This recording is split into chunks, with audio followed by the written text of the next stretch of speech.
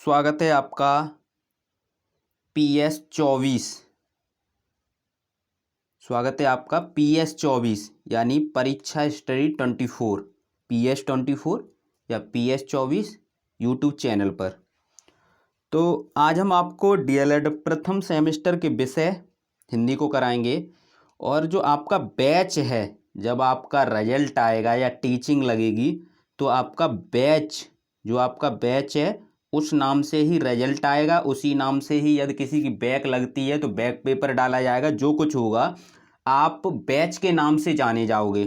तो आपका जो बैच है वो 2023 है, ठीक है। जब आप सेकंड सेमेस्टर में होंगे या फोर्थ सेमेस्टर में होंगे तब भी आपको बैच के नाम से ही जाना जाएगा, ठीक है। आपकी मार्कशीट पर भी लिखा होगा बैच 2023, ठीक है, ये ध्यान रखें।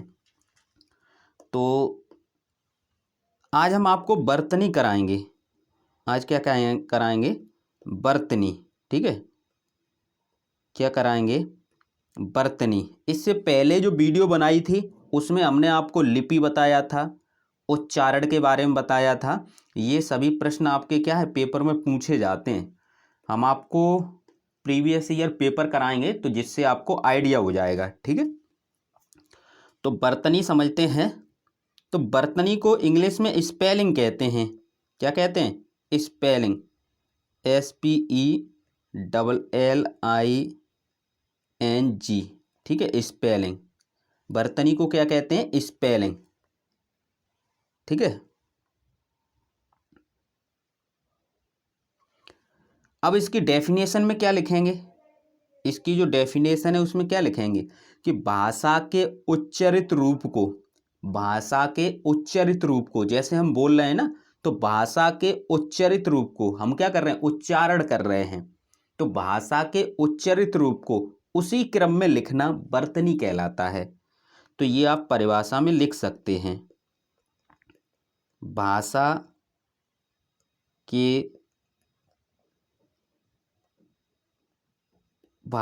के उच्चारित रूप को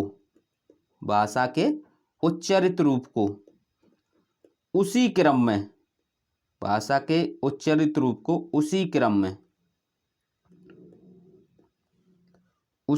में लिखना क्या कहलाता है? वर्तनी कहलाता है। क्या कहलाता है? वर्तनी कहलाता है। क्या कहलाता है? वर्तनी कहलाता है। सभी छात्र प्ले स्टोर से परीक्षा स्टडी 24 ऐप डाउनलोड कर लें, ठीक है।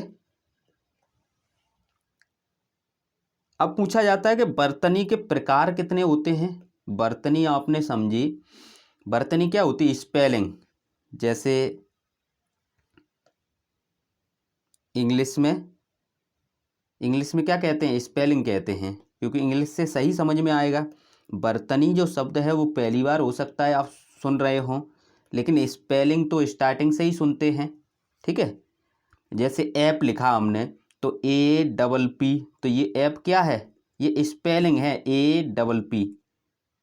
एप्पल लिखते हैं APPLE, एप्पल माने सेब। तो ये क्या है? स्पेलिंग APPLE, ये क्या है? स्पेलिंग। इसी प्रकार बर्तनी है।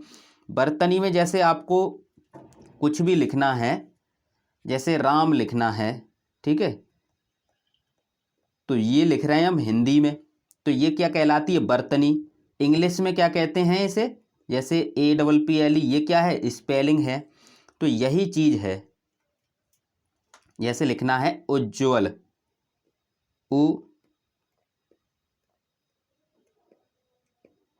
ठीक है। अब सभी छात्र कमेंट करें, ये उज्ज्वल इस प्रकार लिखा जाएगा या इस प्रकार लिखा जाएगा, ठीक है। यानी हम डाल रहे हैं 1 नंबर और 2 नंबर। इसमें आप कमेंट करें कौन सा सही है, ठीक है। फिर हम कमेंट में ही बताएंगे दोनों में से कौन सा सही है।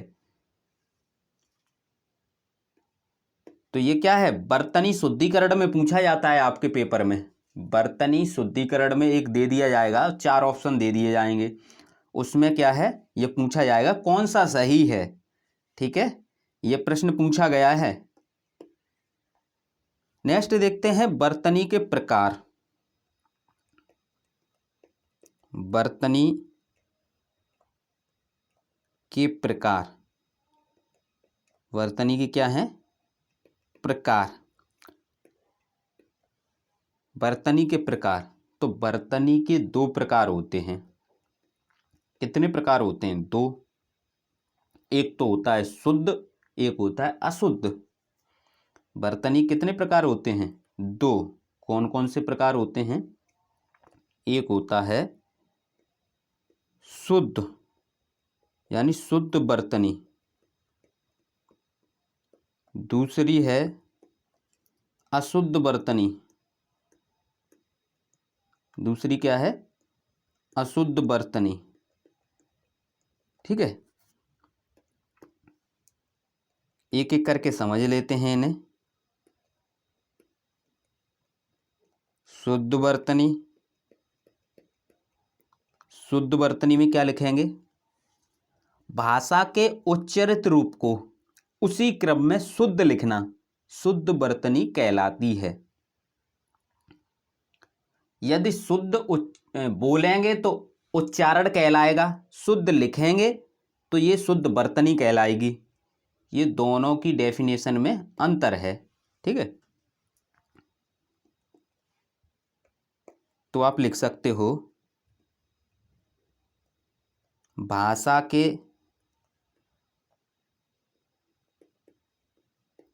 के उच्चारित, भाषा के उच्चारित रूप को भाषा के उच्चारित रूप को उसी क्रम में, जिस क्रम में बोल रहे हैं उसी क्रम में शुद्ध लिखना, उसी क्रम में शुद्ध लिखना शुद्ध बर्तनी कहलाती है। ठीक है, ये आप लिख सकते हैं। दूसरा क्या है? अशुद्ध बर्तनी।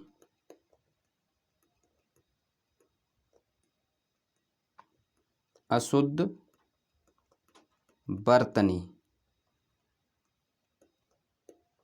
धीरे धीरे आप सिलेबस को कंप्लीट करते रहें। जब पेपर का समय आएगा तो आपको कोई दिक्कत नहीं होगी, क्योंकि पहली बार आप पेपर देंगे। जो आपके 3 दिन पेपर होंगे और एक दिन में 3 पेपर होंगे, यानी लगातार 3 दिन आपको पेपर देने होंगे, लगातार 3 दिन, और 3 दिन में 8 पेपर देने होंगे। तो ये पहली बार आपके साथ होगा, ध्यान रखना। इसीलिए जो रिजल्ट है वो आधा रहता है, यानी 50% रहता है, क्योंकि आधे फेल प्रथम सेमेस्टर में हो जाते हैं। यदि आप शिक्षक बनने के लिए रियलिटी में पढ़ रहे हैं, माता पिता का पैसा खर्च कर रहे हैं, तो आपको क्या है, सही से पढ़ना भी चाहिए। हालांकि इसमें है कुछ नहीं, बेसिक चीज़ हैं सभी, लेकिन प्रॉब्लम कहाँ आती है, क्यों छात्र फेल होते हैं? फेल टाइमिंग की वजह से होते हैं कि एक दिन में 3 पेपर करा दिए जाते हैं। यदि एक दिन में 1 पेपर कराया जाए और एक दिन का गैप भी दे दिया जाए, तब भी सभी बच्चे पास हो जाएंगे। लेकिन प्रॉब्लम वहीं आती है कि टाइमिंग पेपर की, जैसे आपको 2 घंटे में 40 प्रश्न करने होंगे, ठीक है, और 1 घंटे में 18 प्रश्न करने होंगे। तो प्रॉब्लम तो यहीं आ गई कि पेपर का टाइम कम कर दिया, एक दिन में 3 पेपर करा दिए, 3 दिन लगातार पेपर करा दिए। तो ये सब कुछ ध्यान में रखकर तब आपको तैयारी करनी होगी कि आपके दिमाग में पेपर से पहले सभी सब्जेक्ट होनी चाहिए। रिवीजन का टाइम नहीं मिलेगा, ये ध्यान रखना। इतना लेंथी भी मत पढ़ लेना कहीं से, ये चीज़ें ध्यान रखना। ठीक है, समझते हैं अशुद्ध बर्तनी। इसमें क्या लिखेंगे? भाषा के उच्चारित रूप को उसी क्रम में अशुद्ध लिखना क्या कहलाता है? अशुद्ध वर्तनी कहलाती है। ठीक है, तो आप उसे लिख सकते हैं। आप उसे क्या है? लिख सकते हैं। तो इस प्रकार आप लिख सकते हैं,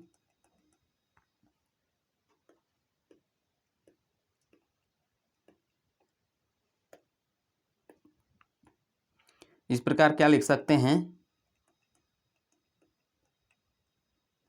भाषा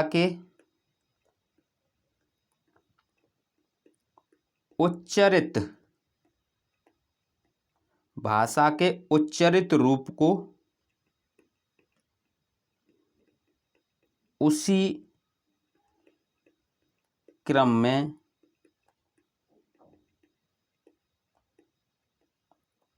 अशुद्ध लिखना।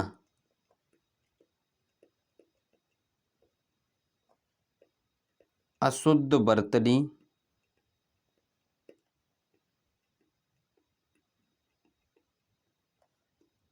कहलाती है। अशुद्ध वर्तनी कहलाती है। ठीक है, इस प्रकार आप लिख सकते हैं।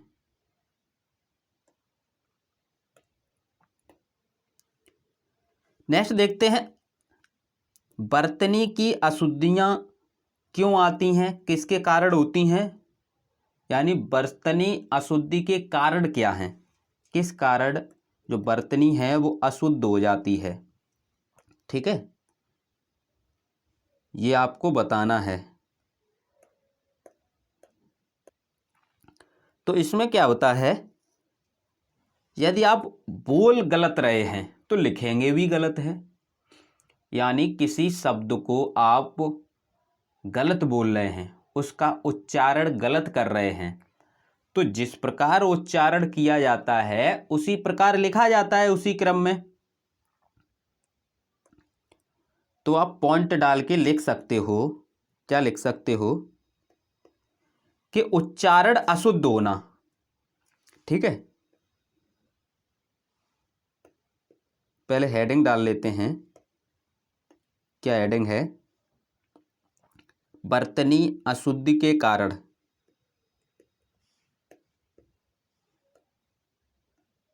समझते रहें, यदि आप समझ जाएंगे तो लिख सकते हैं। इसमें डीएलएड में कुछ खास ज़्यादा नहीं है, बस आपको क्या है, कुछ चीज़ें समझनी है, प्लानिंग से पढ़ना है और प्लानिंग से ही पेपर देना है। ज़्यादा कोई हार्ड चीज़ नहीं है, ये बेसिक से सभी जो चीज़ें हैं आपको क्या है, क्लास 1 से क्लास 5 तक पढ़ाना है। ठीक है, जो आपको पढ़ाना है वही आपको पढ़ाया जा रहा है। आपको 1 से 8 तक की क्लास का पढ़ाया जा रहा है, कोई ज़्यादा लेवल नहीं है। लेकिन जब इतना सरल पढ़ाया जा रहा है तो कुछ तो आपके सामने ऐसी चीज़ें रखी जाएं जिससे आपका जो कह सकते हैं परीक्षण कर सके एग्जामिनर। तो इसीलिए उसने क्या किया है कि एक दिन में 3 पेपर और लगातार 3 दिन पेपर और 3 दिन में 8 पेपर करा दिए। समझ रहे हो? इसीलिए ये ध्यान रखना,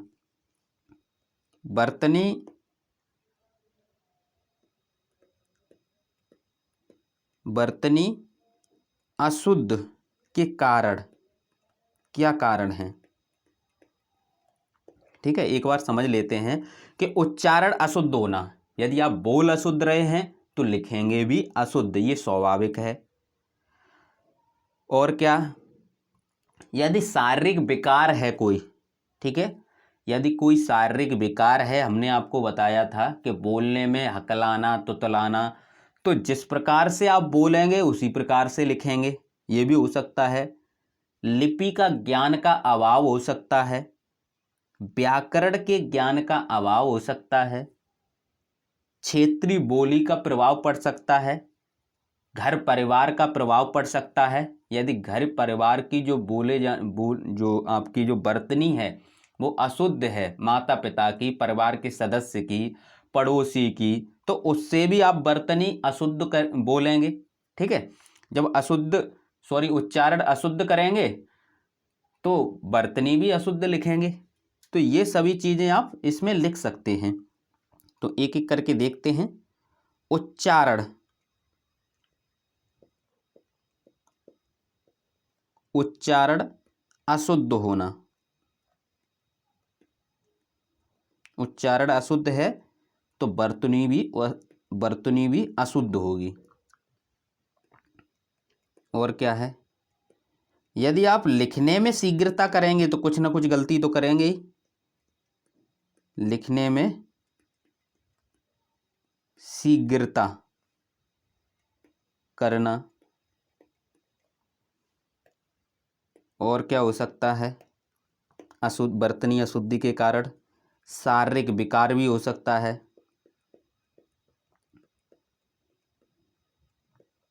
शारीरिक विकार के कारण, शारीरिक विकार मतलब किसी भी अंग में दोष है या कोई बीमारी के कारण, किसी के कारण भी दोष हो सकता है। और क्या हो सकता है, लिपि का ज्ञान, लिपि के ज्ञान का अभाव।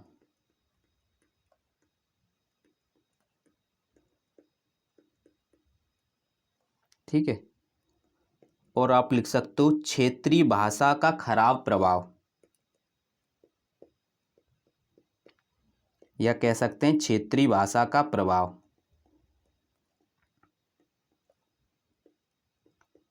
डीएलएड शिक्षक बनने के लिए प्रशिक्षण है और आप प्रशिक्षु हैं। ठीक है, ये ध्यान रखना, ये प्रशिक्षण है। जो पढ़ना था high school, inter, BA, BSc में आपने पढ़ लिया। नेक्स्ट है इसी में आपका प्रश्न ये है कि वर्तनी अशुद्धि जो हो रही है, यानी वर्तनी अशुद्धि, जो छात्र हैं वो वर्तनी अशुद्धि कर रहे हैं, यानी सही वर्तनी का प्रयोग नहीं कर रहे हैं। तो अशुद्धि किसके कारण हुई, तो ये हमने आपको बताया। अब इसे कैसे सुधारा जा सकता है, तो जिसके कारण अशुद्धि हो रही है उनको हम सुधार दें तो छात्र क्या है, शुद्ध बोलेगा। तो छात्र क्या है, शुद्ध बोलेगा। वर्तनी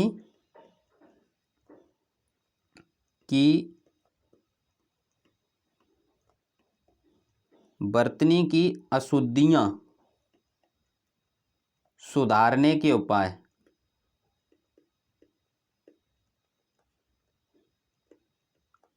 सुधारने के उपाय। ठीक है,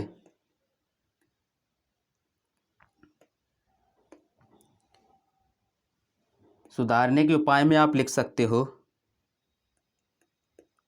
छात्रों से शुद्ध उच्चारण कराना। छात्रों से क्या है, शुद्ध उच्चारण कराना। और क्या लिख सकते हो, माता पिता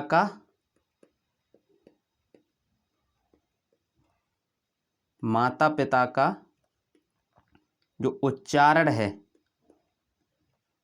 उच्चारण कैसा होना चाहिए, शुद्ध होना चाहिए। माता पिता की जगह परिवार का भी लिख सकते हैं। ठीक है। और क्या लिख सकते हो, अगर उसके शरीर में कोई विकार है, ठीक है, शारीरिक विकार या फिर दोष कह सकते हैं विकार को, तो उसका क्या है, इलाज कराना चाहिए, निवारण करना चाहिए। ठीक है।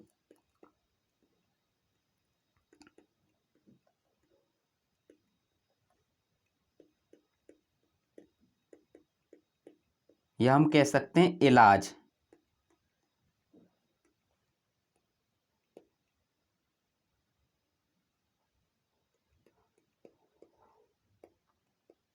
नेक्स्ट पॉइंट लिख सकते हो, वर्तनी अशुद्धि का कारण ये होता है जो समान जो वर्ड होते हैं उनमें अंतर नहीं कर पाते हैं बच्चे, तभी तो अशुद्ध लिखेंगे। ठीक है। वाह और बा, ठीक है, अंतर नहीं कर पाते हैं। तो ये भी होता है समान